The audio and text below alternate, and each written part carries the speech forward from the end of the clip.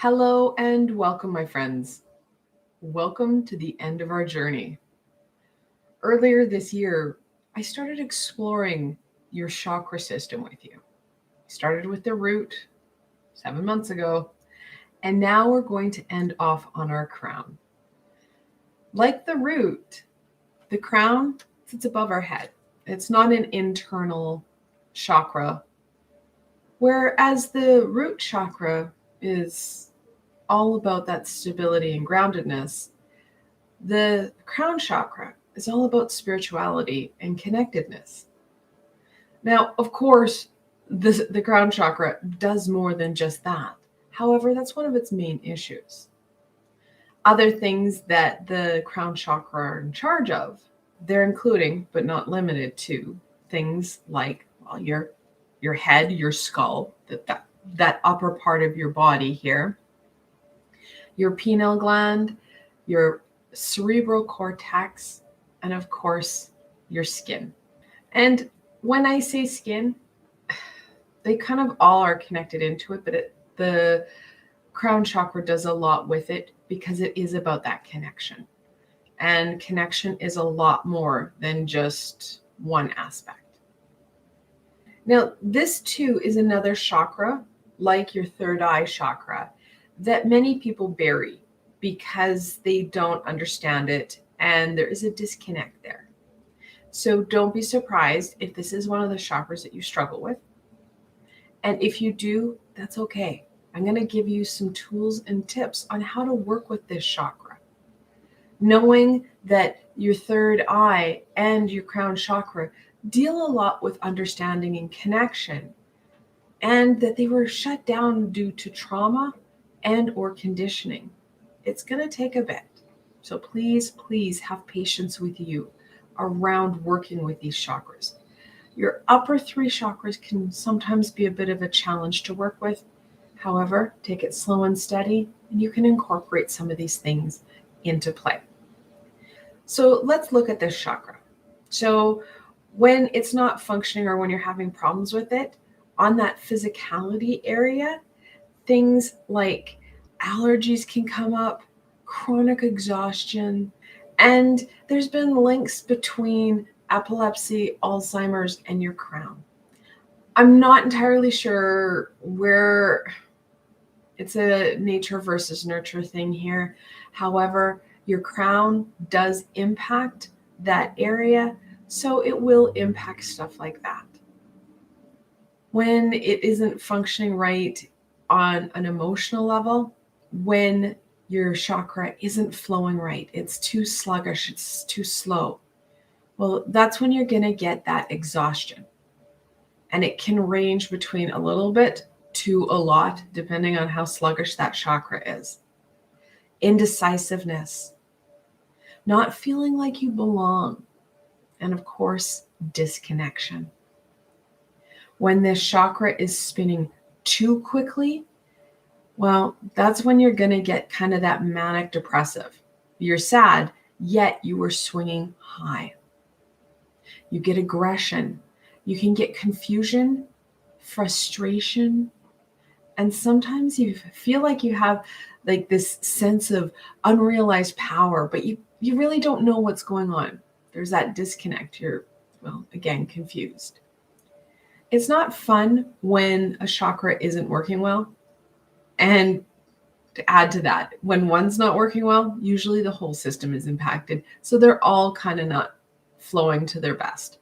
Especially if you have the crown chakra, your third eye chakra isn't going to be working very well. And like I said, the two of them hand to hand, we usually disconnect and have challenges with. So if it's too slow up here, here is spinning really, really fast. If this is open and just going, that's when your third eye is slowing down, to try and slow down and kind of put some moderation into your energy flow. So let's look at how you can better maintain and take care of that crown chakra so it is spinning in the best accordance for you. Well, to start off, of course, we have the crown chakra symbol. Now, crown chakra means thousandfold. It's the thousand-fold lotus flower. And again, I am not going to attempt the beautiful name because I will butcher it. You can read it, and if you can say it, fantastic. Know that it is not mandatory to be able to say the word. You can say crown chakra. You can visualize this symbol. Now, the crown chakra itself, the color, it ranges from white to violet, kind of a lighter purpley color. And know that your crown chakra can fluctuate between the two or have both colors within it. It's okay. Whatever you can visualize is perfect for you. You can use the violet and white as a color to connect in with your crown chakra. There is no right or wrong. This is where we want to use our intuition. Speaking of colors, leads me into crystals. The crystals that you can use for this, of course, amethyst, fantastic, calming crystal. It too ranges from a dark purple to kind of a lighter purple. Of course, you can use something like clear quartz.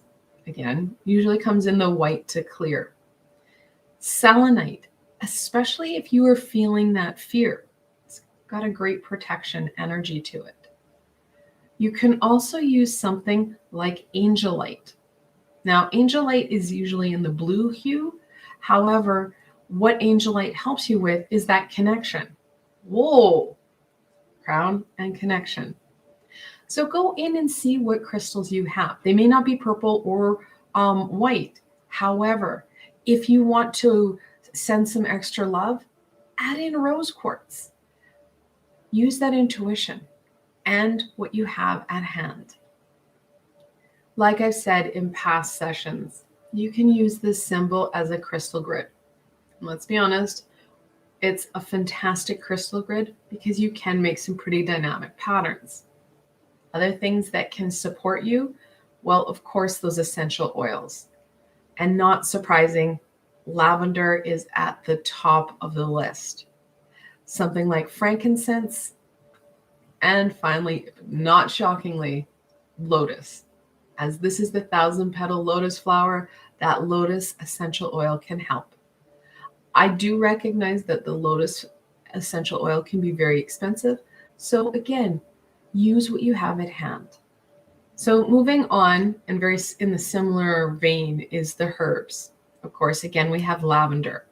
You can add in even chamomile for that calming, because again, we do have that anxiety and fear around the top. Well, usually 2 chakras. And then our throat chakra itself, it usually gets a beating anyway. But that chamomile can help. You can also add in peppermint, because it too increases the energy to the top of your brain and can help out connecting into that higher power. You can go on into something like a saffron. If you have saffron, again, I realize that can be an expensive herb, but it can help balance out that crown chakra. And remember, you can add in stuff into your food. So adding in a little bit of lavender into a tea. You can make a tea with chamomile and lavender. You can add in something like, say, a purple basil into your food. And then you can add in something like a rosemary that can help enhance psychic abilities and intuitive knowledge. So if herbology is something that you're really passionate about, it may not be purple, it may not be white. However, go in and see what will be useful to you, what you also have at hand. Now, I did just mention food. The crown chakra doesn't really connect in with food.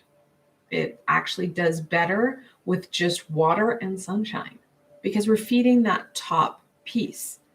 We're not exactly needing a lot of calories to work with the crown. It's not grounding us. It's connecting us to that higher power. That said, fasting, it's a fickle thing. I struggle with it just because of So many people have a lot of problems with food. I would rather people eat good food for them and drink a lot of water that will help to really get your system flowing at its optimal. So know that there really isn't a food associated with it. It's nature, it's fresh air, it's sunshine, it's water. That said, if you're wanting to make a meal or a dish to connect in and celebrate your crown, I would suggest a tea, a chamomile, lavender tea. Throw some peppermint into it, and that is a good homage to it. Now, if you want another way to connect in, of course, we have sound. Not surprisingly, it's the sound of OM, at the frequency 963 hertz. Know that there are other supports that you can connect in with, other high vibrational beings. The archangels that are very much connected into that crown chakra of yours would be Archangel Metatron, Archangel Zadkiel, Archangel Raziel, and of course, Archangel Jophel. She can help feng shui our brain. Call in who makes sense for you. And please don't forget that you can and should be working with your whole system. As it's a system, it is all connected.